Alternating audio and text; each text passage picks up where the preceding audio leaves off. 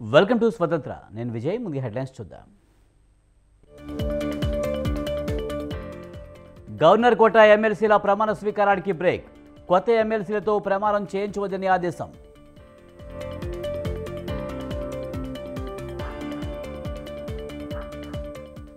ఇన్ఛార్జీల మార్పుపై జగన్ కసరత్తు, కీలక నేతలకు పిలుపు.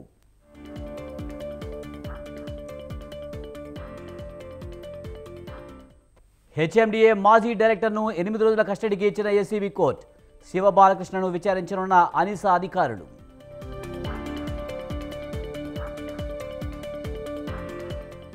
సీఎం హేమంత్ సోరెన్కు అరెస్టుకు రంగం సిద్ధం.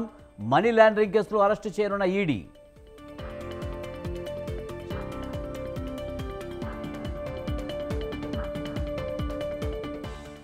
ఇమ్రాన్ ఖాన్కు 10 ఏళ్ల జైలు శిక్ష. సైఫర్ కేసులో స్పెషల్ కోర్టు తీర్పు.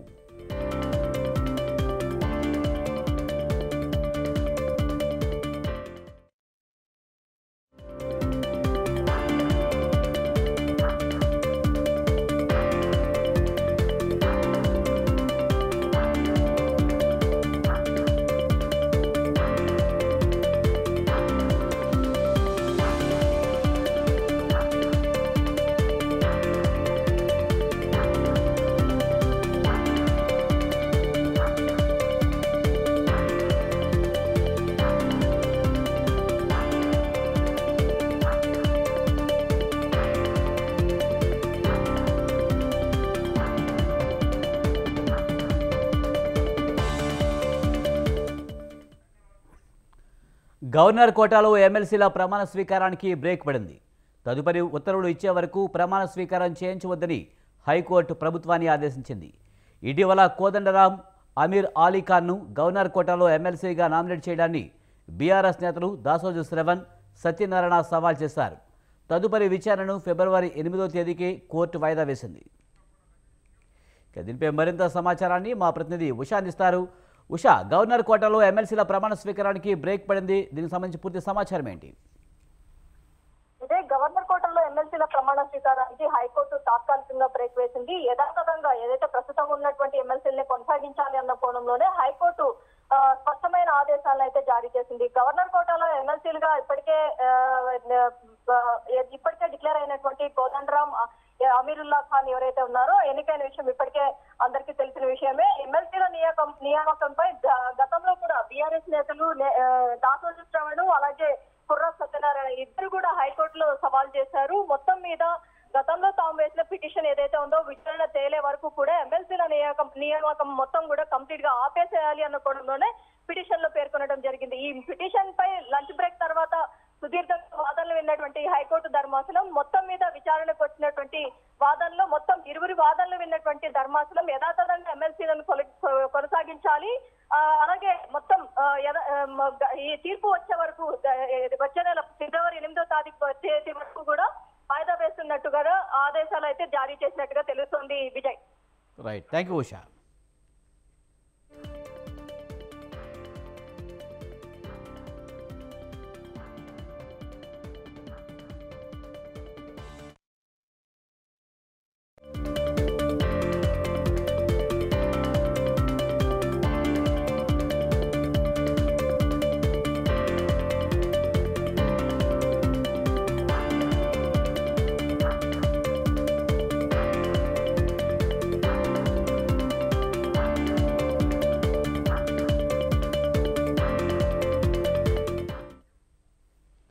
వరంగల్ జిల్లా నర్సంపేట మున్సిపాలిటీలో వైస్ చైర్మన్తో సహా 14 మంది బీఆర్ఎస్ కౌన్సిలర్లు పార్టీకి రాజీనామా చేశారు. బీఆర్ఎస్కు రాజీనామా చేసినట్లు లేఖ విడుదల చేశారు. త్వరలో పదవులకు కూడా రాజీనామా చేస్తామన్నారు. మాజీ ఎమ్మెల్యే పెద్ది సుదర్శన్ రెడ్డి వైఖరి నచ్చక పార్టీ వీడుతున్నట్లు స్పష్టం చేశారు.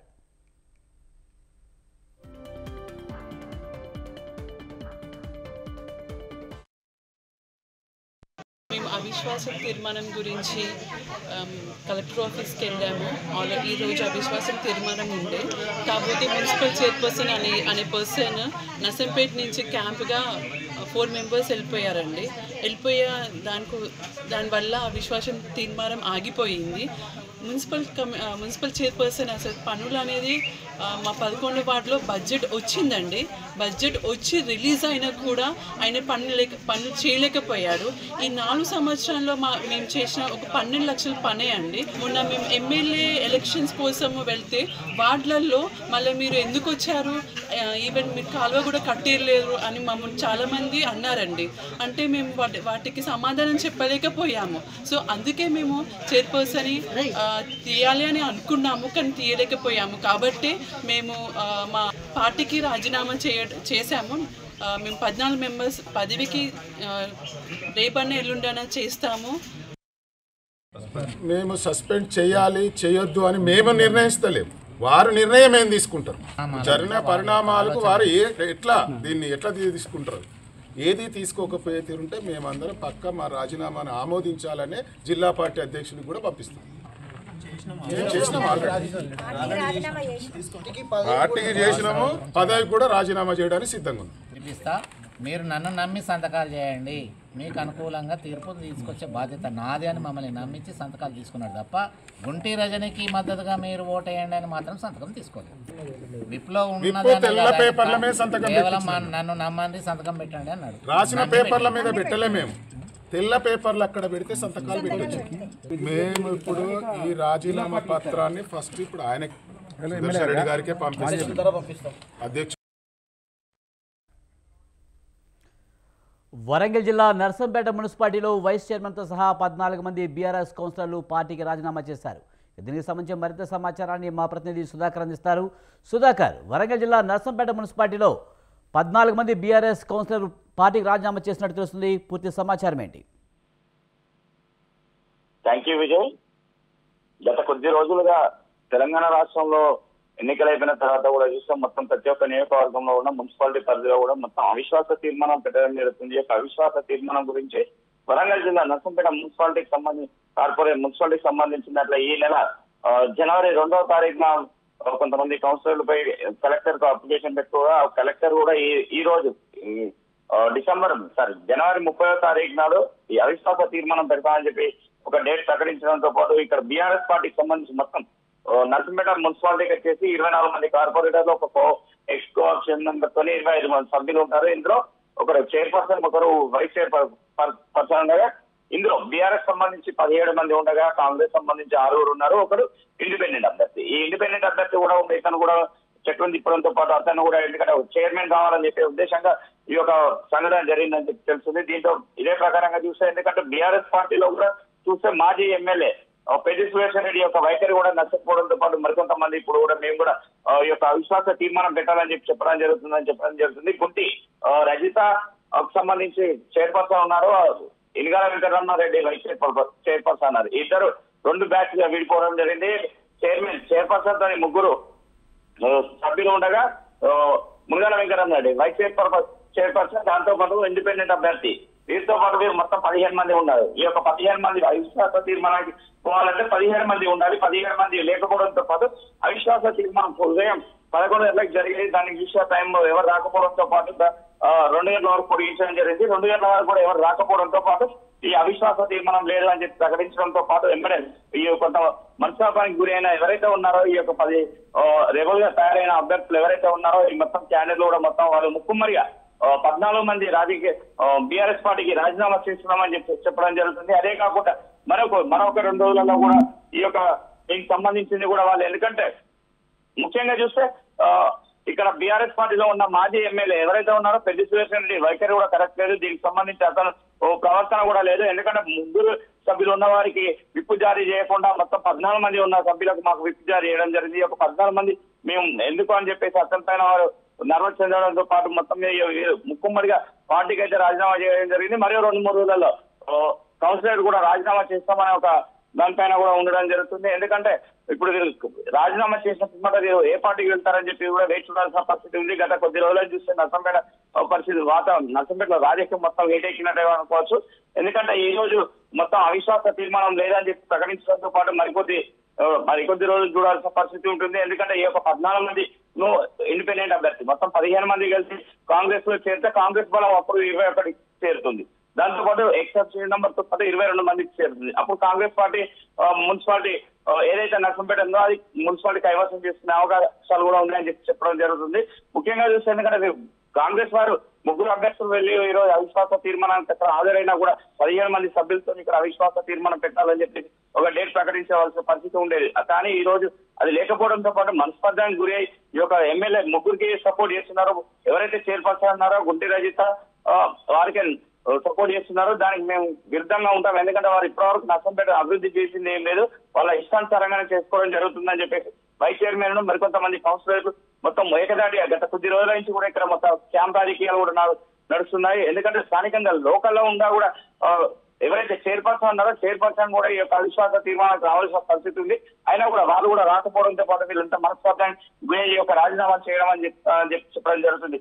అయినా కూడా నిన్న మహిబాద్ ఎంపీ కవితను మాజీ ఎమ్మెల్యే ఎవరైతే ఉన్నారో అతను జిల్లా సంబంధించిన వారు కూడా మొత్తం ఈ యొక్క క్యాడెట్లు అందరినీ కూర్చోబెట్టి మాట్లాడినా కూడా వారు ఎవరు వినకపోవడంతో పాటు ఈ రోజు అవిశ్వాస తీర్మానం ఎట్లయినా నెగ్గి తీద్దామని చెప్పేసి ఈ యొక్క ఎవరైతే ఉన్నారో వైస్ చైర్మన్ సంబంధించిన వెంకటరమణారెడ్డి సభ్యులకు సంబంధించిన వాళ్ళందరూ కూడా దీనిపైన మొత్తం మీరే నెగ్గుతామని చెప్పేసి విశ్వాసంతో ఉండడం జరిగింది. కాకపోతే ఇక్కడ సభ్యులు కోరం లేకపోవడంతో పాటు అవిశ్వాస తీర్మానం పెట్టలేదని చెప్పడంతో వీళ్ళు రాజీనామా చేస్తామని చెప్పడం జరుగుతుంది. మరికొద్ది రోజులు వేచి కావాల్సింది. ఎందుకంటే 2 రోజుల తర్వాత ఇంతకుముందుకు ఎవరు మీడియా సమావేశం పెట్టి కూడా మరొక 2 రోజుల తర్వాత కూడా మా యొక్క కార్యాచరణ మేము ప్రకటించామని చెప్పేసి కౌన్సిలర్ మొత్తం ఏకదాటిగా ఏకకంఠంపై చెప్పడం జరిగింది. మేము మొత్తం మా కౌన్సిలర్లకు కూడా రాజీనామా చేస్తామని చెప్పడం జరుగుతుంది. మరి మీరు కాంగ్రెస్ పార్టీకి వెళ్తారా లేదా బీజేపీ పార్టీకి వెళ్తారా అని చెప్పి వేచి చూడాల్సిన పరిస్థితి కూడా ఉంది. Vijay, right, thank you Sudhakar.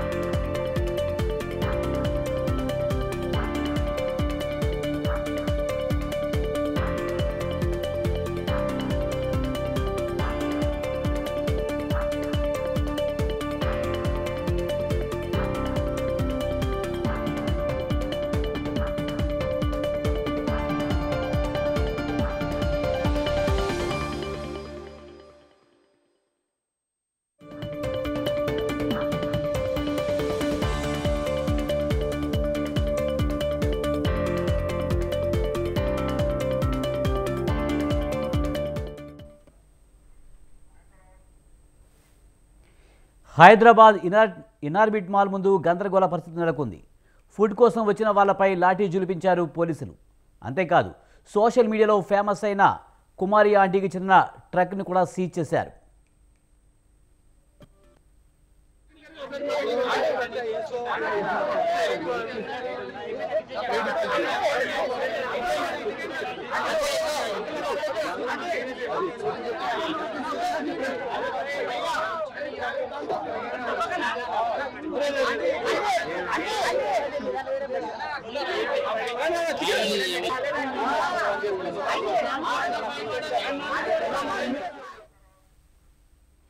Hyderabad అంటే చార్మినార్, హైటెక్ సిటీ, హుస్సేన్ సాగర్ ఎంత ఫేమస్సో ఇప్పుడు సోషల్ మీడియా అని పుణ్యమాని కుమారి ఆంటీ కూడా అంత ఫేమస్ అయ్యారు. దుర్గం చెరువు కేబుల్ బ్రిడ్జి దాటాక ఇనార్బిట్ మాల్ ఎదురుగా ఉన్న రోడ్డు పక్కన బోలెడంతమంది జనం కుమారి ఆంటీ హోటల్లో ఫుడ్ కోసం ఎంతగానో వెయిట్ చేస్తున్నారు. రోజు రోజుకు కుమారి ఆంటీ హోటళ్లకు ఆహార ప్రియుల తాకిడి పెరుగుతుంది. ఆమె చేతి వంటను రుచి చూసేందుకు ఎక్కడెక్కడి నుంచో జనాలు వస్తున్నారు. అయితే మొన్నటి వరకు ఎలాంటి అడ్డంకులు లేకుండా సాగిన ఆమె వ్యాపారం ఇప్పుడు జనం తాకిడితో కాస్త ఆందోళనకు గందరగోళానికి మధ్య నలుగుతుంది. ఇవాళ వందల సంఖ్యలో అక్కడ జనం గుమిగూడడంతో ట్రాఫిక్కు తీవ్ర అంతరాయం కలుగుతుంది. పోలీసులు అక్కడ బందోబస్తు నిర్వహించారు.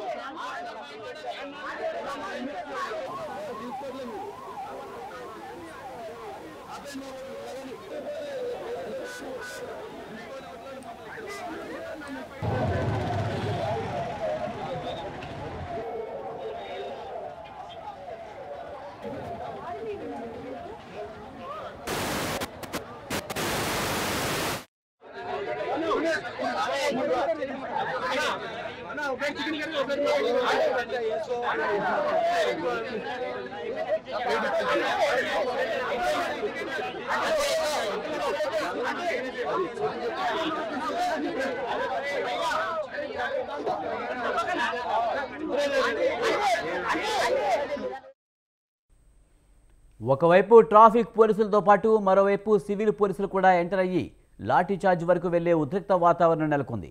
ట్రాఫిక్ కంట్రోలింగ్ పేరుతో పోలీసులు కుమారి ఆంటీకి చెందిన ఫుడ్ ట్రక్ను సీజ్ చేశారు.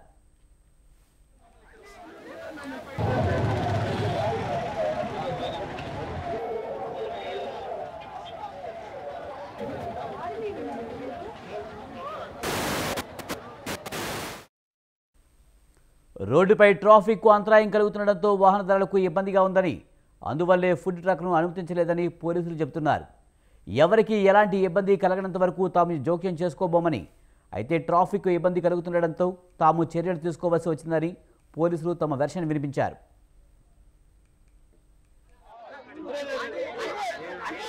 మా ఉద్దేశం ఉంది ట్రాఫిక్ క్లియరెన్స్. ఇది మీ ఓన్ ప్రాపర్టీ అయితే పెట్టుకోవచ్చు.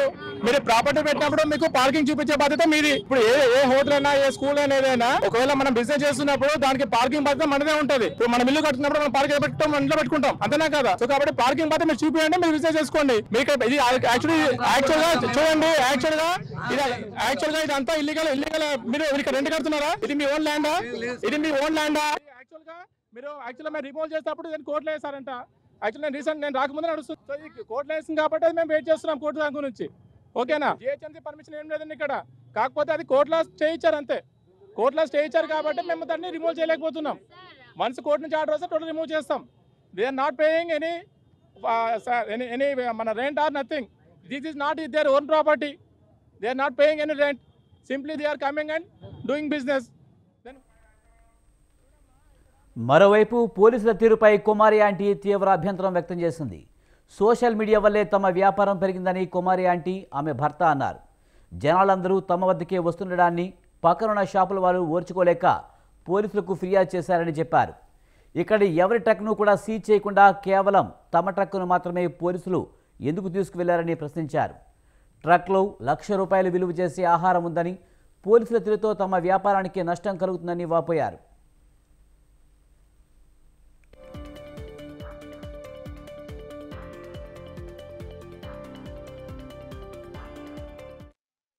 మా ఉద్దేశం ఉంది ట్రాఫిక్ క్లియరెన్స్.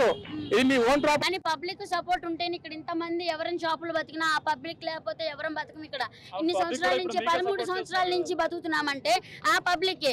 ఇవాళ నన్ను ఒక్కదాన్ని అమ్ముకోనికుండా నా ఒక్కదాని వ్యాన్ ఎందుకు ఆపారు? మరి బారు అందరూ అమ్ముకుంటున్నారు, బిజినెస్ చేసుకున్నారు కదా. మరి మీరు మీడియాని మరి న్యాయం చేయాలి కదా. నన్ను పైకి తీసుకొచ్చింది మీడియాని, ఇవాళ పబ్లిక్ రావడానికి మీడియాని.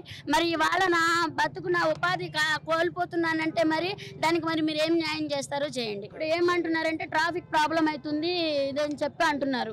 ట్రాఫిక్ ప్రాబ్లం అవుతుంది. నేను ప్రతి వీడియోలో కూడా ఎవరు వచ్చి అడిగినా కానీ వద్దని చెప్పన్నా తీసినా కానీ అందరికీ నేను ఒకటే చెప్తాను, నాన్న మన వల్ల ఇంకొకళ్ళు సఫర్ అవ్వకూడదు, కానీ ట్రాఫిక్ ప్రాబ్లం అయ్యేటట్టు ఇది చేయొద్దు, ట్రాఫిక్ మాత్రము దారి ఇవ్వండి, మన వల్ల ఇంకొకళ్ళు ఇబ్బంది కాకూడదు అని ప్రతి వీడియోలో కూడా చెప్తాను నేను. అది నా తప్పైతే కాదు కదా. మరి ఇప్పుడు నేను ఒక్కదాన్నే కాదు కదా, అందరూ బిజినెస్ చేసుకుంటున్నారు, అందరి దగ్గరికే వస్తారు పబ్లిక్. నా ఒక్కదాని దగ్గరనే చేస్తున్నామన్నా. అన్లోడ్ చేస్తుంటే బండి దియమన్నారు, వెళ్ళిపోతాం సార్. బండి పక్కన పెడతాం. బండి కాగితాలు అన్ని ఓకే ఉన్నాయి అన్న, బండి పక్కన పెట్టుకోమన్నారు. దించుకొని వెళ్ళిపోతాం అన్న ఫస్ట్ సరే అన్నారు. దించుకుంటున్నాం. దించుకున్న తర్వాత వచ్చి బండి తీయమన్నారు. తీసుకున్నాను వస్తున్నా సార్ అంటే ఇట్లా పట్టుకుని ఇట్లా గుంజి ఇట్లా ఇట్లా ఇట్లా గుంజిరు అట్లా పెట్టి గుంజి లాగిరు. బండి ఎక్కిపించారు అన్న. ఎక్కించుకొని తీసుకెళ్ళి ఆడ పెట్టారు. ఆడ నాకు చెప్తాం అయితే మీకు సిఐ లోపల వెళ్ళి పోలీస్ స్టేషన్కి వెళ్ళి సార్తో మాట్లాడండి, మాట్లాడిన తర్వాత స్లిప్ ఇస్తారు అన్నారు. స్టేషన్ కాదు పార్కింగ్ లో పెట్టించారు బండి. ఏం సీజ్ అంటే బండి సీజ్ చేసి అన్నారు. ఏం చెప్పట్లేదు బండి అన్లోడ్ చేస్తారు. అందరిని పెట్టుకొని ఇచ్చారు, మా ఒక్క వెహికల్ని ఆపనవ్వట్లేదు. ఇక్కడ ఏంటంటే అదేమనంటే మీరు వీడియోల వల్ల పబ్లిసిటీకి ఎక్కువైపోయింది, ట్రాఫిక్ అయిపోయింది. ఇక్కడ ట్రాఫిక్ సమస్య అయ్యింది కాదంటలేదు. ఇప్పుడు అందరినీ వ్యాపారాలు చేసుకొని ఇస్తున్నారు, మమ్మల్ని వ్యాపారం చేసుకొని ఇట్లేదు ఇక్కడ. అదేమంటే మీ మీడియా వల్ల అని చెప్తున్నారు అందరు రీజన్. దాని గురించి మీరే ఏదో ఒకటి చేయాలి, మాకు న్యాయం చేయాలి. వ్యాపారం ఆగిపోయింది కదా. ఇప్పుడు మీరు చూశారు కదా. ఇప్పుడు మా వ్యాన్ ఆపనవ్వలేదు, సామాను కూడా తిప్పుకోనివ్వాలి. సగం సామానం అక్కడే ఉన్నాయి. అది దాని గురించి పోలీసులు పెట్టిన కండిషనే కదా. ఇప్పుడు ట్రాఫిక్ వల్ల ఇప్పుడు ట్రాఫిక్ ప్రాబ్లం అయితే వాళ్ళు కండిషన్ పెడతారు కాదు.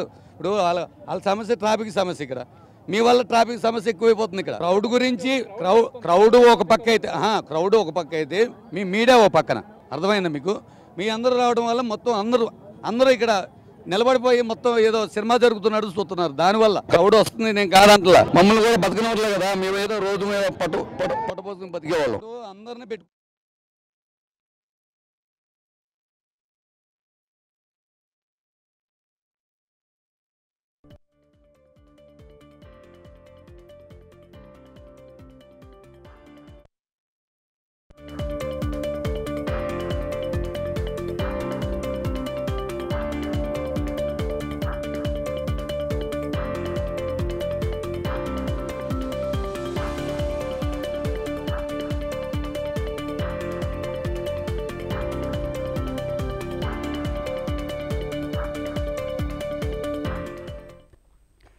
గాంధీ భవన్లో టీపీసీసీ ఎలక్షన్ కమిటీ భేటీ అవుతుంది.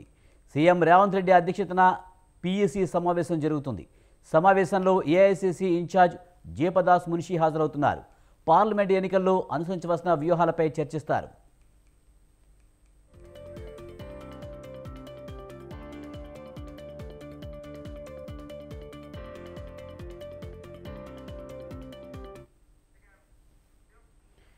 పార్లమెంట్ ఎన్నికల్లో టికెట్ ఆశిస్తున్న వారి పేర్లు ప్రదేశ్ ఎన్నికల కమిటీ పరిశీలించనుంది. అర్హుల జాబితాను కేంద్ర ఎన్నికల కమిటీకి పంపించనుంది పీఈసీ.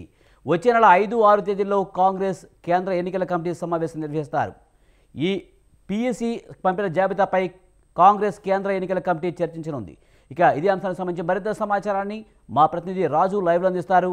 రాజు, కాంగ్రెస్ కేంద్ర ఎన్నికల కమిటీ ఈరోజు గాంధీ భవన్లో చర్చించనుంది. దీనికి సంబంధించి పూర్తి సమాచారం ఏంటి? రైట్ విజయ్, మరి కాసేపట్లోనే గాంధీ భవన్ వేదిక కూడా తెలంగాణ ప్రదేశ్ ఎన్నికల కమిటీ సమావేశం కూడా కాబోతా ఉంది. దీనికి ముఖ్యంగా పీఈసీ చైర్మన్గా ఉన్నటువంటి సీఎం రేవంత్ రెడ్డితో పాటు టీపీసీసీ ఇన్ఛార్జిగా ఉన్న దీపాదాస్ మున్షి, ఏఐసీసీ కార్యదర్శులు, అలాగే సభ్యులుగా ఉన్నటువంటి 25 మంది సభ్యులు కూడా ఈ యొక్క సమావేశానికి హాజరు కాబోతా ఉన్నారు. రానున్న పార్లమెంటు ఎన్నికల్లో దాదాపుగా అత్యధిక స్థానాలు కూడా కైవసం చేసుకోవాలనేటటువంటి ఉద్దేశంతో కాంగ్రెస్ పార్టీ అడుగులు వేస్తూ ఉంది. అందులో భాగంగానే ఈ యొక్క సమావేశం కానున్నది. ఎట్టి పరిస్థితుల్లో కూడా బలమైనటువంటి అభ్యర్థులను బరిలో దింపాలి. దాంతోపాటుగానే పార్లమెంటు ఎన్నికల్లో అనుసరించాల్సినటువంటి వ్యూహాలు, అలాగే ప్రచార ఏ విధంగా కూడా ఉండాలి అనేటటువంటి ప్రచార శైలి కూడా ఏ విధంగా ఉండాలి అనేటటువంటి అంశాల మీద ఈ యొక్క సమావేశంలో చర్చించనున్నారు. ముఖ్యంగా ఇప్పటికే ప్రదేశ్ ఎన్నికల కమిటీ కూడా ఇప్పటికే డీసీసీ 33 జిల్లాల అధ్యక్షులుగా ఉన్నటువంటి కాంగ్రెస్ పార్టీ జిల్లా అధ్యక్షుల నుంచి కూడా పార్లమెంటు టికెట్ 17 పార్లమెంటు నియోజకవర్గాలకు సంబంధించి ఎవరెవరు టికెట్ ఆశిస్తూ ఉన్నారు, ఏ జిల్లా నుంచి టికెట్ ఆశిస్తూ ఉన్నారు, ఎవరెవరు ఉన్నారు అనేది కూడా ఇప్పటికే సీల్డ్ కవర్లో టీపీసీసీ నేతలకు అందింది. ఒక్కో పార్లమెంటుకు 5 నుంచి 6 సభ్యులు కూడా ఆ టికెట్ ఆశిస్తూ ఉన్నటువంటి సమాచారం అయితే మనకంతా ఉంది. ముఖ్యంగా ఏది ఏమైనప్పటికీ అటు ఇటీవల అధికారంలోకి వచ్చినటువంటి కర్ణాటక కావచ్చు, తెలంగాణ, నార్త్తో పోలిస్తే సౌత్లో ఉన్నటువంటి కర్ణాటక, తెలంగాణ మీద కాంగ్రెస్ అధిష్టానం కూడా ఎక్కువ హోప్స్ పెట్టుకున్నాయని చెప్పుకోవాలి. అత్యధిక స్థానాలు ఇక్కడ కైవసం చేసుకుంటేనే కేంద్రంలో అధికారంలోకి వచ్చేటటువంటి అవకాశం ఉంది అనేది కూడా కాంగ్రెస్ పార్టీ అధిష్టానం భావిస్తున్న నేపథ్యంలో మొన్నటికి మొన్న ఎల్బీ స్టేడియంలో AICC Mallikarjuna Kharge booth level agent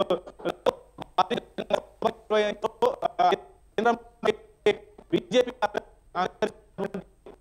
రాజకీయ విధానాలు, అలాగే కాంగ్రెస్ పార్టీ అధికారంలో రాబోయే రోజుల్లో కూడా పార్లమెంటు ఎన్నికల కంటే ముందు మరో 2 గ్యారంటీలను కూడా అమలు చేసే దిశగా మనం మున్నడి వెళ్తున్నాం. కాబట్టి క్షేత్రస్థాయిలో ఉన్నటువంటి ఓటర్లను, ప్రజలను చైతన్యవంతం చేస్తూ కూడా మనము పార్లమెంటు ఎన్నికల్లో విజయం సాధించాలనేటటువంటి మాటలు ఏఐసీసీ అధ్యక్షుడు మల్లికార్జున ఖర్గే గంట సేపు ప్రసంగిస్తూ కూడా ఈ బూత్ లెవెల్ ఏజెంట్లకు దిశానిర్దేశం చేయడం అనేది జరిగింది. అయితే ఎట్టి పరిస్థితుల్లో కూడా అభ్యర్థులు బీజేపీ బీఆర్ఎస్తో పోలిస్తే కాంగ్రెస్ పార్టీ అధికారంలోకి వచ్చింది. కొంత ఆయా నియోజకవర్గాల్లో ఎమ్మెల్యేలుగా ఉన్నటువంటి అభ్యర్థులు కాంగ్రెస్ పార్టీకి ఎక్కువగా కాంగ్రెస్ పార్టీ గెలుచుకోగలిగింది. కాబట్టి పార్లమెంటు స్థానాల్లో కూడా అత్యధిక స్థానాలు గెలుచుకునేటటువంటి అవకాశం ఉంది. దానిలో భాగంగానే బలంగా పోటీ ఇచ్చేటటువంటి బీజేపీకి బీఆర్ఎస్కు బలమైనటువంటి ప్రత్యర్థులుగా నిలిచేటటువంటి అదేవిధంగా పార్లమెంటు నియోజకవర్గాల్లో చరిష్మా కలిగినటువంటి నాయకులు ఎవరైతే ఉన్నారో అనేది కూడా డీసీసీల దగ్గర నుంచి రాష్ట్ర నాయకత్వం ఇప్పటికే పేర్లను తీసుకుంది. వాటిని కూడా ఈ సమావేశం ముఖ్య ఉద్దేశం ప్రాథమిక ఉడపోత, అలాగే అభ్యర్థులు ఎవరైతే ఉన్నారో వారిలో బలమైన అభ్యర్థులు ఎవరున్నారు, ఫిబ్రవరి 5-6 తేదీలో కూడా Congress party central election committee సమావేశాలు కూడా జరగనున్నాయి. కాబట్టి ఈలోపే అభ్యర్థులు పార్లమెంటు నియోజకవర్గాలకు సంబంధించినటువంటి అభ్యర్థులు ఆశావాహులు ఎవరైతే ఉన్నారో వారిని ఫైనల్ ఖరారు చేసి కూడా అధిష్టానానికి ఈ యొక్క నివేదికను ఇవ్వాలనేటటువంటి భావనలో కూడా కాంగ్రెస్ పార్టీ ఉంది. అయితే ఈ యొక్క సమావేశంలోనే అభ్యర్థుల ఖరారు జరుగుతుందా లేదా మరోసారి భేటీ అవుతుందా అనేది కూడా ఈ సమావేశం అనంతరం కూడా తేలేటటువంటి అవకాశం అయితే కనిపిస్తూ ఉంది. పూర్తి స్థాయిలో సిఈసి కూడా బలమైనటువంటి అభ్యర్థులను బరిలో దింపాలి, ఎట్టి పరిస్థితుల్లో అత్యధిక స్థానాలను కాంగ్రెస్ పార్టీ సాధించాలి అనేటటువంటి భావనలో ఉంది. దానిలో భాగంగానే ఈ యొక్క సమావేశం నిర్వహించింది. అంతేకాకుండా ఫిబ్రవరి 2వ తేదీనే కాంగ్రెస్ పార్టీ పార్లమెంటు ఎన్నికల శంకరావం ఇంద్రవెల్లి సభా వేదికగా శంకరావం పూరించనున్నారు. ముఖ్యంగా రేవంత్ రెడ్డి పిసిసి అయిన తర్వాత మొదటిసారిగా ఇంద్రవెల్లి అమరవీరుల స్తూపం సాక్షిగా అక్కడ ఏర్పాటు చేసినటువంటి ఇంద్రవెల్లి సభ దళిత గిరిజనుల దండోరా పేరుతో నిర్వహించినటువంటి సభ ప్రజలను ఆదరించింది. ప్రజలు పెద్ద ఎత్తున ఆదరించారు. కాంగ్రెస్ పార్టీకి మైలేజ్ తీసుకువచ్చింది. అలాగే రేవంత్ రెడ్డికి ఒక సెంటిమెంట్గా ఉన్నటువంటి ఇంద్రవెల్లి సభ ద్వారానే పార్లమెంటు ఎన్నికలకు కూడా శంకరావం పూరించాలనేటటువంటి భావనలో ఉంది. ఏది ఏమైనప్పటికీ ఈ యొక్క సమావేశంలో కూడా అభ్యర్థుల యొక్క ప్రాథమిక ఉడపోత కార్యక్రమం అయితే ఈ రోజు జరగనుంది. అయితే ఏ విధంగా అభ్యర్థులు ఈ యొక్క సమావేశం ఉంటుందా, రాబోయే రోజు మరో సమావేశం నిర్వహిస్తారనేది కూడా ఈ సమావేశం అనంతరం ఉంది. రైట్, థ్యాంక్ యూ రాజు.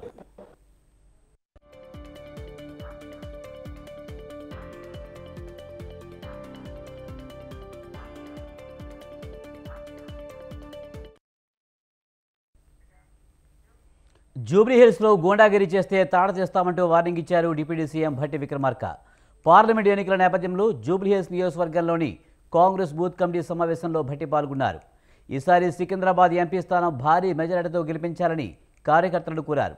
జూబ్లీహిల్స్ నియోజకవర్గంలో గూండాయిజం కొందరు ప్రయత్నిస్తున్నారని భట్టి అన్నారు. ఇందిరమ్మ రాజ్యంలో అన్ని భూస్థాపితం చేస్తామని స్పష్టం చేశారు.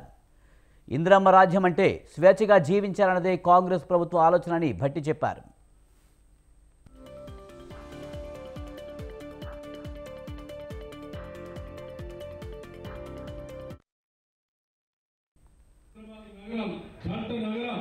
जंट नगराल हैदराबाद का पिలుచుకుంటాము. హైదరాబాద్ एक शान है. తెలంగాణ రాష్ట్రానికి ఒక గర్వకారణం. తెలంగాణ రాష్ట్రంలో ఉన్నటువంటి హైదరాబాద్ నగరంలో అనేక ప్రాంతాల ప్రజలు వచ్చి ఇక్కడ నివాసిస్తుంటారు. అనేక మతాలకు సంబంధించినటువంటి వాళ్ళు ఉంటారు.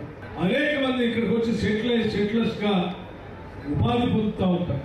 అందరినీ సమానంగా చూసేదే ఇందిరమ్మ రాజ్యం యొక్క ఆలోచన. కావాలని కొద్దిమంది ప్రాంతాల పేరు మీదనో లేకపోతే మతాల పేరు మీదనో లేకపోతే ఇంకో దాని పేరు మీదనో ప్రజలను రెచ్చగొట్టి ఇక్కడ law and order problem create చేయాలని చూస్తూ ఊరుకోవడానికి ఇందిరమ్మ ప్రభుత్వం సిద్ధంగా లేదు. మాకున్నటువంటి ప్రధానమైన లక్ష్యం ఆలోచన హైదరాబాద్ నగరంలో ఉన్నటువంటి ప్రతి కుటుంబం స్వేచ్ఛగా స్వాతంత్రంగా సంతోషంగా బతికేటట్టుగా ఉండాల్సినటువంటి వాతావరణాన్ని కల్పించడమే.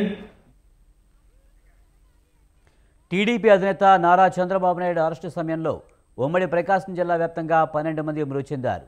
మృతుల కుటుంబాలకు ఆర్థిక సహాయంతో పాటు వారిలో ధైర్యాన్ని నింపడానికి నారా భువనేశ్వరి నిజం గెలవాలి పేరిట 3 రోజులు జిల్లాలో పర్యటించనున్నారు.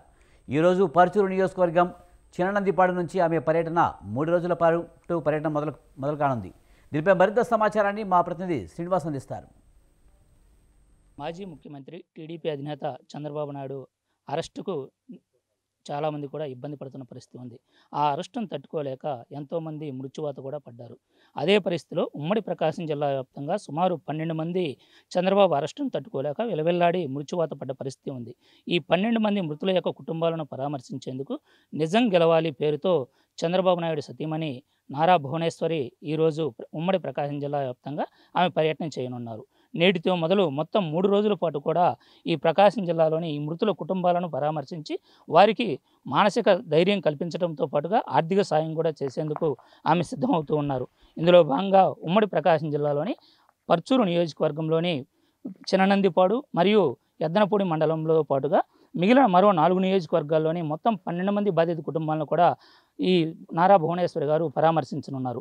ప్రస్తుతం మనం పర్చూరు నియోజకవర్గంలోని పర్చూరు మండలం చిననందిపాడు గ్రామంలో ఉన్నాం. ఈ గ్రామానికి చెందినటువంటి మువ్వా సింగారావు అనేటువంటి ఒక టీడీపీ అభిమాని చంద్రబాబు అరెస్టును తట్టుకోలేక మానసికంగా ఇబ్బందికి గురై మృతి చెందిన సంఘటన తెలిసిందే. అయితే అతను మృతి చెందడంతో అతని కుటుంబం మొత్తం కూడా చాలా ఆర్థిక ఇబ్బందులు పడుతున్న పరిస్థితి. వారు ఉండటానికి ఇల్లు లేక అనేక ఇబ్బందులు పడుతూ ఉన్నారు. అయితే ఈ విషయం తెలుసుకున్నటువంటి టీడీపీ అధినేత చంద్రబాబు నాయుడు సతీమణి నారా భువనేశ్వరి ఈరోజు వారి కుటుంబాన్ని పరామర్శించేందుకు ఇక్కడ చిన్నందిపాడు గ్రామానికి రానున్నారు.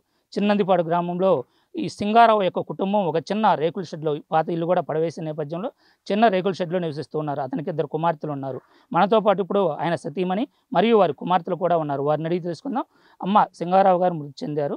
అసలు సింగారావు మృతి చెందడానికి ప్రధాన కారణం ఏమై ఉండొచ్చు? భువనేశ్వర్ గారు మీ ఇంటికి రావడానికి మీరు ఎలా స్వీకరిస్తున్నారు? ఏదండి, టీవీ చూస్తా పడిపోయాడు. పడిపోతే అంత కేకేసిన పలకలేదు. పలకపోతే హాస్పిటల్ తీసుకెళ్ళాము.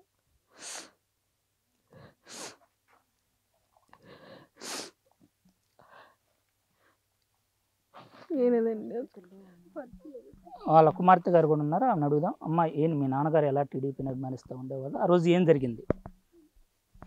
ఎప్పటిలాగే అరెస్ట్ అయిన కాడ నుంచి టీవీ చూస్తూనే ఉన్నారు. మాకు ఫోన్లు చేసి పద్దా చెప్తుంటాడు, బెయిల్ వచ్చిందని. చెప్తానే తర్వాత 2 రోజుల తర్వాత టీవీ చూస్తా పడిపోయాడు. పడిపోతే కేకేసినా లెగలేదు. ఎంత కేకేసినా లేకపోతే హాస్పిటల్కి తీసుకెళ్ళాము. తీసుకెళ్ళిన తర్వాత ఇక చనిపోయాడు అక్కడ. అమ్మా, ఈరోజు భువనేశ్వర్ గారు మీ ఇంటికి ఓదార్పు పరామర్శించేందుకు మీకు మానసిక ధైర్యాన్ని కల్పించడానికి ఆమె వస్తున్నారు. దాన్ని మీరు ఏ విధంగా రిసీవ్ చేసుకుంటున్నారు? నేను చాలా సంతోషంగా స్వీకరిస్తున్నాం. ఇలాంటి పరిస్థితుల్లో మాకు అండగా ఉన్నందుకు మాకు చాలా సంతోషంగా ఉంది. ఆ గ్రామ సర్పంచ్ గారు కూడా, మా శివారావు గారు కూడా మనతో పాటు ఉన్నారు. ఈ గ్రామంలో కూడా సింగారావు ఎలా ఉండేవాడు పార్టీ కార్యక్రమాల్లో? అతని మృతి అనేది తీరం లోటైనప్పటికీ ఆ కుటుంబానికి గ్రామపరంగా ఏమన్నా చేదోడు వాదోడు ఉందా? భువనేశ్వరి గారు వచ్చి కొంత ఆర్థిక సాయం అందించి వారికి భరోసాగా ఉన్నారు. దీన్ని మీ గ్రామస్తులు ఏ విధంగా స్వీకరిస్తున్న పరిస్థితి ఉంది? ఈ సింగారావు అనే అతను పార్టీ కోసం బాగా ఇంట్రెస్ట్గా ఉండేవాడు. ఆర్థిక సాయం భువనేశ్వరం గారు చేయటం కుటుంబానికి చాలా అవసరం. ఇలాంటి కుటుంబాలకి చేయటం అనేది చాలా ఆలోచన రావటం అనేది గొప్ప విషయం. దానికి తోడు మా ఎమ్మెల్యే ఏలూరు సాంబశివరావు గారు కూడా ఇలా ఈ కార్యక్రమాలు ఏమన్నా కానీ ఆయన కూడా వాదోడుగా ఉంటాడు. అందువలన కుటుంబానికి ఇబ్బంది ఏం లేదు. ఊళ్ళో కూడా కొంచెం ఆర్థిక సహాయం అది చేస్తూ ఉంటారు. కుటుంబానికి ఏం కాకపోతే ఉండటానికి ఇల్లు కానీ ఏం లేవు. అది ఈ భువనేశ్వరం గారు ఇచ్చే అమౌంట్తో కలిపి ఏదో ఒకటి చేసి ఒక గృహం ఏర్పరచడానికి మేము గ్రామస్తులం కూడా చేస్తాం. ఇది ఇక్కడ చిన్నందిపాడు గ్రామంలో ప్రస్తుతం నెలకొని ఉన్నటువంటి తాజా పరిస్థితిని కానీ మనం గమనించినట్లయితే, వారు పాత ఇంటిని పడవేసుకొని ఉండటానికి ఇల్లు కూడా లేక ఒక చిన్న పరదాలు వేసుకుని ఉంటున్న పరిస్థితి ఉంది. అయితే గ్రామస్తులు మొత్తం కూడా పార్టీలో క్రియాశీలకంగా ఉండేటువంటి వ్యక్తి మృతి అనేది తీరంలోటుగా భావిస్తూనే వారు కొంత ఆర్థిక సాయం చేయడానికి సిద్ధపడ్డప్పటికీ చిన్న గ్రామం కావటం ఎక్కువ నిధులు మంజూరు కాగలేదు. అయితే అది గుర్తించి నారా భువనేశ్వర గారు వచ్చి ఆర్థిక సాయం చేయడం అనేది వాడు గర్వంగా ఫీల్ అవుతూ ఉన్నారు. దానికి తోడు గ్రామస్తులు కూడా కొంతవరకు ఆర్థిక సాయాన్ని అందించి ఆ కుటుంబాన్ని ఆదుకుంటామని కూడా భరోసా ఇస్తున్నారు. స్థానిక ఎమ్మెల్యే కూడా వారి కుటుంబానికి అండగా ఉంటారని కూడా సర్పంచ్ చెప్తూనే ఉన్న పరిస్థితి ఉంది. చిన్నందిపాడు గ్రామం నుండి వీడియో జర్నలిస్ట్ వాసుతో శ్రీనివాస్, స్వంత్ర న్యూస్. చంద్రబాబుకి ఇవే చివరి ఎన్నికలని ఎంపీ కేశినేని నాని అన్నారు. విద్యారంగంలో సీఎం జగన్ విప్లవాత్మక మార్పులు తీసుకొచ్చారని తెలిపారు. పేద పిల్లలకు ఇంగ్లీష్ మీడియాన్ని అందుబాటులోకి తెచ్చారని, అభివృద్ధి అంటే ఏంటో సీఎం జగన్ చేసి చూపించారని కేశినేని నాని స్పష్టం చేశారు. పేదలకి విరోధం. జగన్మోహన్ రెడ్డి గారు పేదల పక్షపాతి. కాబట్టి నేను చెప్పేది ఏంటంటే శాసనాలు చెప్పాము 24 ఆఖరి ఎన్నికలు చంద్రబాబు నాయుడు గారు కానీ తెలుగుదేశం పార్టీ కానీ చంద్రబాబు నాయుడు గారు పరిపాలన లొకేషన్ కానీ. అందుకే మీరు చూస్తే ఆయన ఇప్పుడు కూడా ఆయన సొంత ఇల్లు లేదు ఆంధ్రప్రదేశ్లో. ఆయన నారావారిపల్లిలో వాళ్ళ తాతగారు నాన్నగారు కట్టిన తప్ప తర్వాత ఆయన బాగు చేస్తున్నారని ఆ ఇంటిని ఇప్పటికి కూడా అమరావతి నా అమరావతి 29 గ్రామాలు అక్కడ రియల్ ఎస్టేట్ పెరగాలంటున్నారు తప్ప ఇంతవరకు సొంత ఇల్లు కట్టుకోవాలి చంద్రబాబు నాయుడు. ఎందుకు కట్టుకోలేదు? ఆయనకి డౌట్. 19లో ఓడిపోతానని తెలుసు, రేపు 24లో ఓడిపోతానని తెలుసు. కాబట్టి తన సొంత రాష్ట్రాన్ని తెలంగాణ వెళ్ళిపోవడం కోసం 130 రెడీగా ఉన్నాడు. తెలంగాణ సచివాలయంలో పంచాయతీరాజ్ గ్రామీణాభివృద్ధి శాఖపై ముఖ్యమంత్రి రేవంత్ రెడ్డి సమీక్ష నిర్వహించారు. సమీక్షకు మంత్రి సీతక్క, ప్రభుత్వ ప్రధాన కార్యదర్శి శాంతికుమారి, సంబంధిత శాఖ అధికారులు హాజరయ్యారు.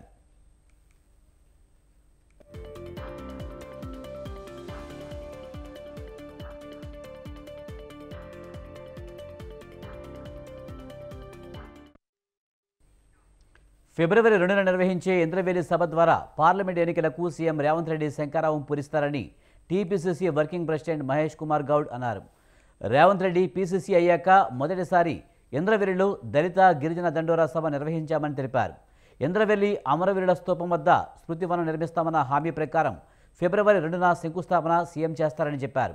నాగోబా జాతరకు సీఎం హాజరవుతారని తెలిపారు. పార్లమెంట్ ఎన్నికలకు ముందు ఇంద్రవెల్లి బహిరంగ సభతో అంకురార్పణ జరుగుతుందన్నారు. ముఖ్యమంత్రి గారు ఆనాడు పీసీ అధ్యక్షుడు హోదాలో అక్కడికి వచ్చినారు. ఇవాళ పీసీ అధ్యక్షుడు ముఖ్యమంత్రి హోదాలో ఇంద్రవెల్లి సందర్శిస్తారు. అమరవీరుల స్తూపం వద్ద నిర్మించినటువంటి స్మృతి వనాన్ని ప్రారంభిస్తారు. ఆ పక్కనే ఆ తర్వాత అంతకుముందు అక్కడ దేవాలయం కెస్లాపూర్లో నాగోబా దేవాలయాన్ని సందర్శిస్తారు. ఆ తర్వాత ఇంద్రవెల్లి చేరుకుంటారు. స్మృతి వనం ప్రారంభం తర్వాత గొప్ప బహిరంగ సభ. ఏ బహిరంగ సభ అయితే ఆనాడు మేము అధికారంలోకి రావడానికి దోహదపడిందో అలాంటి మరొక బహిరంగ సభ రేపు పార్లమెంట్ ఎన్నికల నాటికి మళ్ళీ ప్రజలు మాకు మెజార్టీ స్థానాలు ఇచ్చే దశగా రేపు మేము 2వ తారీఖున తలపెట్టే సభ ఈ రాష్ట్రంలో మతోన్మాద శక్తుల్ని, మతం పేరిట దేవుడి పేరిట రాజకీయాలు చేస్తున్నటువంటి శక్తుల్ని తెలంగాణలోని కాంగ్రెస్ ప్రభుత్వం బీజేపీ నేత దుబ్బాక మాజీ ఎమ్మెల్యే రఘునందన్ రావు కీలక వ్యాఖ్యలు చేశారు. అధికారంలోకి రాకముందు బీఆర్ఎస్పై అనేక ఆరోపణలు చేసిన కాంగ్రెస్ అధికారంలోకి వచ్చాక తీసుకుంటున్న చర్యలు శూన్యమని విమర్శించారు. రాష్ట్ర మాజీ సీఎస్ సోమేష్ కుమార్ భార్య పేరుపై 25 ఎకరాల భూమి రిజిస్ట్రేషన్ జరిగిందని, దాని మీద కేసు లేదు, చర్యలు లేవని ఎద్దేవా చేశారు. హెటిరో సంస్థకు భూములు ఇచ్చిన అంశం మీద చర్యలు శూన్యమని ఎద్దేవా చేశారు. ధరణితో రాష్ట్ర రైతుల జీవితాలు గందరగోళంగా మారాయని చెప్పారు. వీళ్ళ మీద యాక్షన్ జరుగుతుంది, ఎల్లుండే వాళ్ళు జైలుకు పోతారు, కాళేశ్వరం అయిపోయింది అని చెప్పారు. ప్రతిపక్షాలు ఉన్నప్పుడు రేపే సిబిఐ విచారణ కావాలని డిమాండ్ చేసిరు. అధికారంలోకి వచ్చినాక ఇవాళ దాకా సప్పు లేదు. చాలా మంది టీఆర్ఎస్ ఎమ్మెల్యేల మీద మీరు అవినీతి ఆరోపణలు చేసిరు. ఒకరి మీద కేసు నమోదైందా? ఒకరి మీద యాక్షన్ స్టార్ట్ అయిందా? ఎప్పుడు పడుతుంది మీ తొలి అడుగు? ఎప్పుడు పడుతుంది? మీకు ఈ బ్యూరోక్రాట్ల మీద కేసు నమోదు చేయడంలో మీకున్నటువంటి ఇబ్బందులు ఏంది? నేను సూటిగా ఒక మాట అడుగుతున్నా రేవంత్ రెడ్డి గారిని. జూన్ 2, 2014 నుంచి మీరు ముఖ్యమంత్రిగా ప్రమాణ స్వీకారం చేసే రోజు సరికి బీఆర్ఎస్ పార్టీ అధికారంలో ఉన్నప్పుడు అమ్మిన భూములు ఎంత, అలకేట్ చేసిన భూములు ఎంత, దానం ఇచ్చిన భూములు ఎంత, ధరణిలో గయాబ్ చేసిన భూములు ఎంత, రిటైర్డ్ అయిన ఐఏఎస్లకి మీ ప్రభుత్వానికి అనుకూలంగా ఆర్డర్లు రాసిన ఐఏఎస్లకి అప్పనంగా కట్టబెట్టినటువంటి భూములు ఎంత, అనకొండలు ఎంత, రాసకొండలు ఎంత, వీళ్ళ మీద ఏమైనా విచారణ చేస్తారా? పూర్వ శ్వేతపత్రం ఇస్తారా? ఫిబ్రవరి 6వ తారీఖు ఎప్పుడో బడ్జెట్ సెషన్ స్టార్ట్ అవుతుంది అని చెప్తారు. ఎంతసేపు మాటలు చెప్పి పేపర్లకి సోషల్ మీడియాలకి లీకులు ఇచ్చి వదిలేస్తారా? రేపు ఉమ్మడి పశ్చిమ గోదావరి జిల్లా ఆక్వా రైతులు AP aqua culture development authority vice chairman Vaddi Raghuramanaidu కలిశారు. ఆక్వా రైతుల సమస్యలను సీఎం దృష్టికి తీసుకువెళ్తామని, సమస్యల పరిష్కారానికి కృషి చేస్తున్నామన్నారు. రాష్ట్రంలో ఆక్వా రంగం అభివృద్ధి చెందుతుందంటున్న రఘురామనాయుడుతో మా ప్రతినిధి Satish face to face. Andhra Pradesh రాష్ట్ర aqua development culture vice chairman Vadde Raghuram గారి దగ్గర ఉన్నాము. రాష్ట్ర ఆక్వా డెవలప్మెంట్ రైతులందరూ కూడా రాష్ట్ర నలుమూల నుంచి కూడా మీ దగ్గరికి వస్తున్నారు కదండి. వాళ్ళ కోరికలు సందేహాలు కూడా ఏ విధంగా మీరు గవర్నమెంట్ తీసుకెళ్తారు? గతంలో ఆక్వా రంగంలో చాలా ప్రాబ్లమ్స్ ఉన్నాయి. ఆ ప్రాబ్లమ్స్ అన్నీ కూడా రైతులు చాలా నష్టాలు కష్టాలు కూడా పడ్డారు. ఈ రాష్ట్ర ముఖ్యమంత్రి వైఎస్ జగన్మోహన్ రెడ్డి వచ్చిన తర్వాత ఆక్వాకల్చర్ డెవలప్మెంట్ అథారిటీ అనేది పెడతాం వల్ల రైతులకి మేము ఆ ఆక్వాకల్చర్ డెవలప్మెంట్ అథారిటీ వైస్ చైర్మన్గా రైతుల వద్దకు వెళ్ళి రైతుల యొక్క సమస్యల్లో అవన్నీ కూడా తీసుకుని ఈ రాష్ట్ర ముఖ్యమంత్రి వైఎస్ జగన్మోహన్ రెడ్డి గారి దృష్టికి తీసుకెళ్ళటం వల్ల ఒక్కొక్కటిగా సమస్యలు ప్రతి ఒక్క సమస్య కూడా ఈ రాష్ట్ర ముఖ్యమంత్రి వైఎస్ జగన్మోహన్ రెడ్డి గారి దృష్టికి తీసుకెళ్ళి ఒకే సమస్య పరిష్కరించే విధంగా తీసుకుని కంటిన్యూస్ ప్రాసెస్గా తీసుకుని వస్తూనే ఉన్నాం. ఇప్పుడు అలాగే రైతులకు సంబంధించి చెరువులకు మేతల విషయంలో బాగా ఎక్కువ రేట్లు ఉన్నాయని చెప్పి అంటున్నారు. ఈ సమస్య కూడా ఎక్కువగా రైతుల్లో వినపడుతుందండి. దాని మీద ఎటువంటి చర్యలు తీసుకున్నారు? ఇవాళ ఫీడ్ ధరలో నియంత్రణ చేయడానికి అప్సడాలో యాక్ట్ 2020 అని తీసుకొచ్చాం. ఇవాళ 3 సార్లు పెంచిన ఫీడ్ రేట్లన్నీ కూడా రోల్ బ్యాక్ చేసాం. ఈ విషయం అంతా ఆక్వాకల్చర్లో ఉన్నటువంటి ప్రతి రైతుకి కూడా తెలుసు. అలాగే రైతు పండించిన పంట సక్రమంగా రైతుకి చేతికి వెళ్ళేలాగా ఏ విధంగా సహాయపడుతుందంటారు? ఆక్వాకల్చర్ డెవలప్మెంట్ అథారిటీ పెట్టిన తర్వాత ఈ రాష్ట్రంలో ఆక్వా రైతులతో ప్రాసెసింగ్ ప్లాంట్ వాళ్ళు కానీ ఫీడ్ కంపెనీ వాళ్ళు కానీ సీడ్ కంపెనీ వాళ్ళు కానీ హ్యాచరీస్ వాళ్ళని కలిపి 22 సార్లు ఈ రాష్ట్రంలో ఆక్వాకల్చర్ ఉన్న ప్రాంతాల్లో మీటింగ్ పెడతాం జరిగింది. ఇవాళ ప్రొక్యూర్మెంట్ రేట్ అనేది ఇవాళ డిమాండ్ సప్లై మీద ఆధారపడి ఉంటుంది. మనకి కాంపిటేటర్ వచ్చి ఈక్విడార్ ఉండటం వల్ల ఈక్విడార్ నుంచి పంట యూఎస్కి ఎక్కువ, చైనాకి యూఎస్కి ఎక్స్పోర్ట్ అవటం వల్ల మనకు కొంచెం రేట్లు అప్ అండ్ డౌన్ అవుతున్నాయి. ఇది రైతులందరూ ప్రభుత్వం తీసుకురాగానే ఆ యొక్క ప్రాసెసింగ్ ప్లాంట్ వాళ్ళతో మాట్లాడి మీరు దానికి చాలా జాగ్రత్తగా కంటిన్యూషన్ చేయాలని చెప్పాం.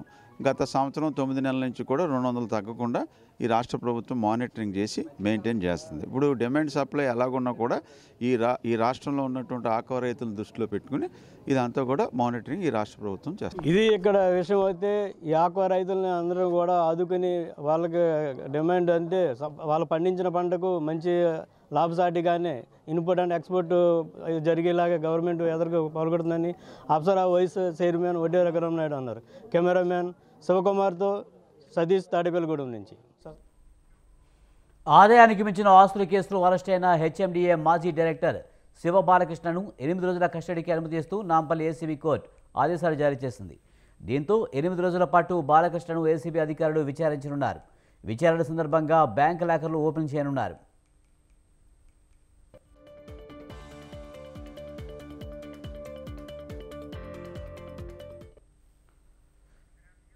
శివ బాలకృష్ణ మోసాలపై ఏసీబీ అధికారులు విచారణ చేరున్నారు. శివ బాలకృష్ణ పనిచేసిన సమయంలో ప్రాజెక్ట్ ఫైల్స్ అన్ని పరిశీలించాలని ఏసీబీ నిర్ణయించింది. ఈ మేరకు హెచ్ఎండిఏ నుంచి ఫైల్స్ను తెప్పించుకుని విచారణ చేయనున్నారు.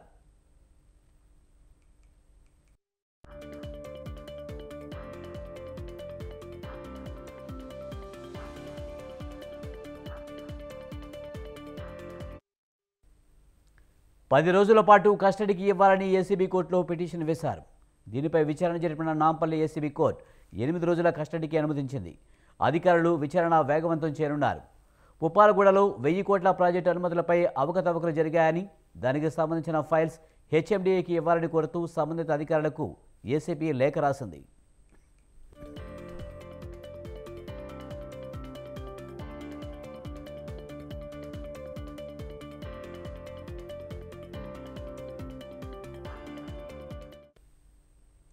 హెచ్ఎండిఏ ప్లానింగ్ విభాగంలో కీలక స్థానంలో పనిచేసిన శివ బాలకృష్ణ అధికార దుర్వినియోగానికి పాల్పడడం ద్వారా కోట్లాది రూపాయల ఆస్తులు అక్రమంగా కూడబెట్టినట్లు ఆరోపణలు ఉన్నాయి. వాటిపై ఫిర్యాదులు రావడంతో ఏసీబీ అధికారులు రంగంలోకి దిగారు. బాలకృష్ణ ఇంటిలో సోదాలు నిర్వహించి భారీగా నగదు, బంగారు నగలు, భూముల పత్రాలు స్వాధీనం చేసుకున్నారు.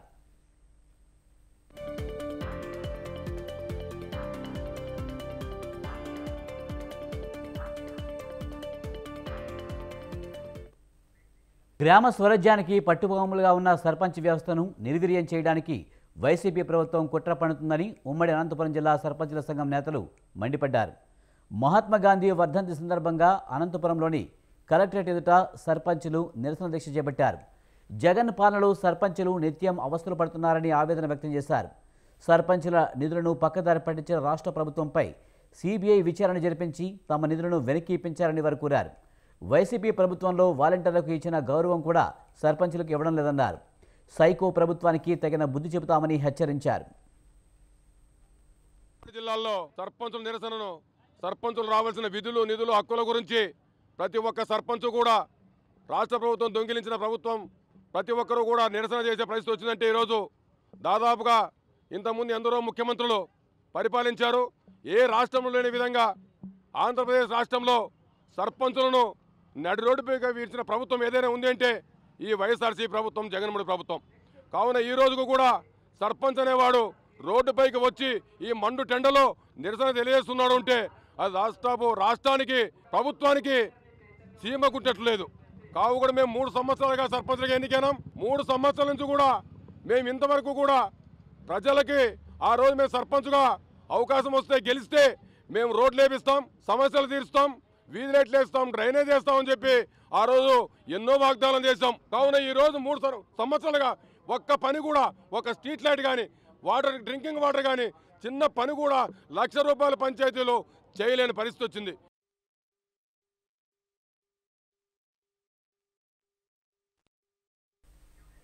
జీడిమెట్ల పోలీస్ స్టేషన్ పరిధిలో ఆగి ఉన్న ప్రైవేట్ బస్సులో ఒక్కసారిగా మంటలు చెలరేగాయి. బాలనగర్ డీసీపీ ఆఫీస్ ఆవరణలో ఉన్న ఓ పార్కింగ్ ఏరియాలో ఆర్కే ట్రావెల్స్కు చెందిన బస్సులో ఒక్కసారిగా మంటలు చెలరేగాయి. ప్రమాదంలో బస్సు పూర్తిగా దగ్ధం కాగా పక్కనే ఉన్న మరో 2 బస్సులు పాక్షికంగా అగ్ని ప్రమాదానికి గురయ్యాయి. స్థానికుల సమాచారంతో ఘటనా స్థలానికి చేరుకున్న అగ్నిమాపక సిబ్బంది మంటలను ఆర్పివేశారు.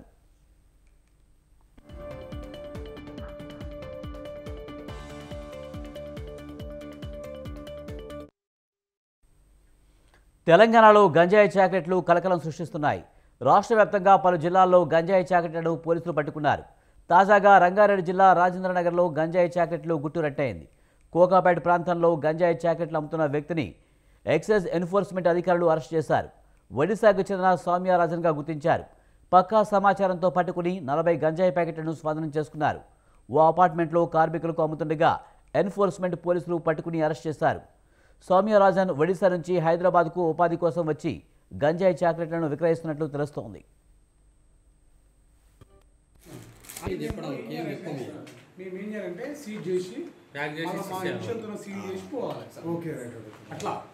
నేను స్పాట్ కిట్ మెడికల్ డ్రగ్స్ అది మనం చేయడానికి రాదు కదా.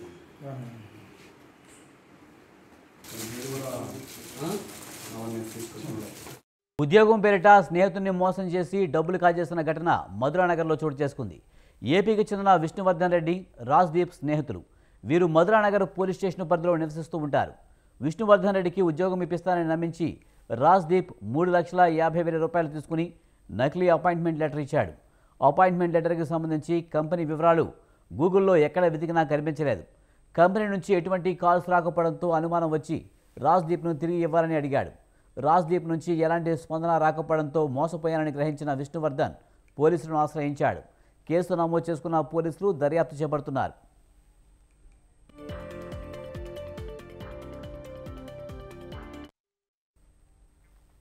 కర్నూలు జిల్లా ఆలూరు మండలం మొలగవల్లి శివారులో గడ్డివాములో అక్రమంగా నిల్వ చేసిన కర్ణాటక మద్యం బాక్సులను పోలీసులు పట్టుకున్నారు. అందిన పక్కా సమాచారంతో పోలీసులు సోదా చేయగా 11 బాక్సుల 90 ml టెట్రా ప్యాకెట్లు దొరికాయి. నిందితుడు పరారీలో ఉన్నాడని కేసు నమోదు చేసినట్లు పోలీసులు తెలిపారు. అక్రమంగా కర్ణాటక మద్యాన్ని ఎవరైనా అమ్మితే కఠిన చర్యలు తప్పవని హెచ్చరించారు.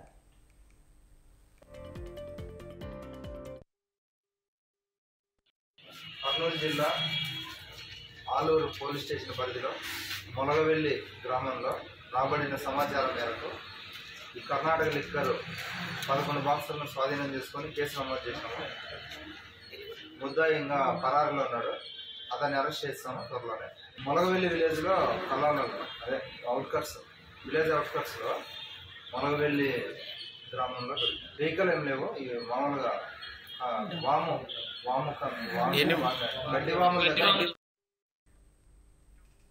వరంగల్ జిల్లా దుగ్గండి మండలంలో పలు అభివృద్ధి పనులకు ఎమ్మెల్యే దొంతి మాధవరెడ్డి శంకుస్థాపన చేశారు. తొగర్రాయి గ్రామంలో నూతన గ్రామ పంచాయతీ భవనాన్ని ప్రారంభించి సీసీ రోడ్డుకు శంకుస్థాపన చేశారు. చంద్రయ్యపల్లి, దుగ్గొండి, గోపాలపురం గ్రామాల నూతన గ్రామ పంచాయతీ భవనాలకు ఎమ్మెల్యే ప్రారంభించారు.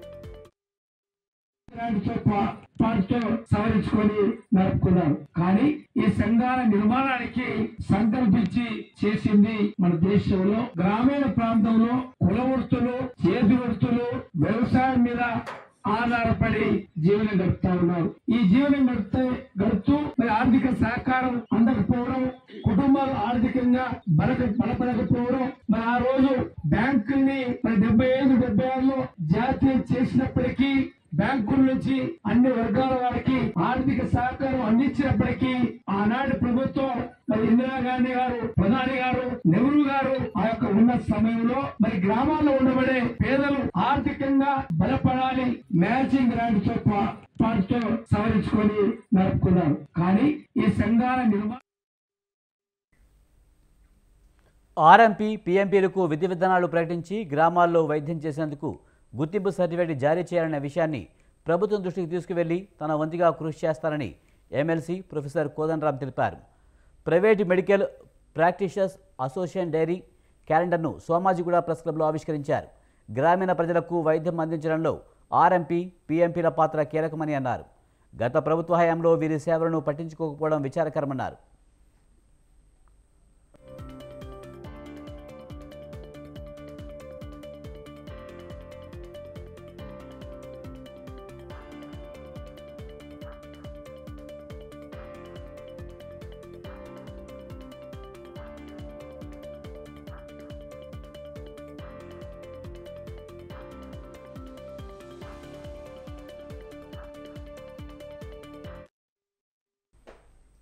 చండీగఢ్ మేయర్ పదవికి జరిగిన ఎన్నికల్లో బీజేపీ అభ్యర్థి మనోజ్ శంకర్ ఎన్నికయ్యారు.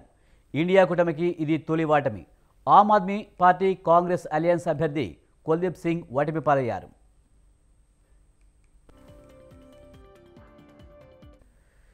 బీజేపీకి చెందిన మనోజ్ శంకర్కు 16 ఓట్లు రాగా ఆప్ కాంగ్రెస్ కూటమి అభ్యర్థి కుల్దీప్ సింగ్కు 12 ఓట్లు వచ్చాయి. మరో 8 ఓట్లు చెల్లలేదని ప్రకటించారు. కాగా బీజేపీ అభ్యర్థి ఎన్నికైనట్లు ప్రకటించినందుకే ప్రిసైడింగ్ అధికారి 8 ఓట్లు చెల్లవని, ఓట్లు ఉద్దేశపూర్వకంగానే ప్రకటించారని ప్రతిపక్షాల కూటమి ఆరోపించింది.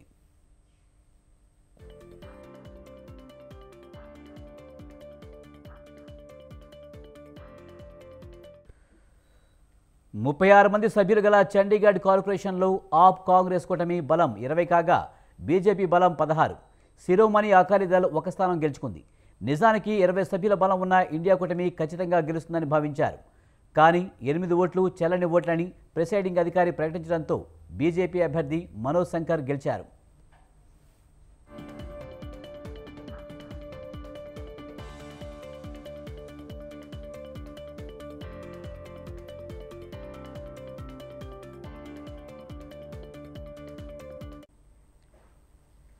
ఇవి బులెటిన్ విశేషాలు. చూస్తూనే ఉండండి స్వతంత్ర.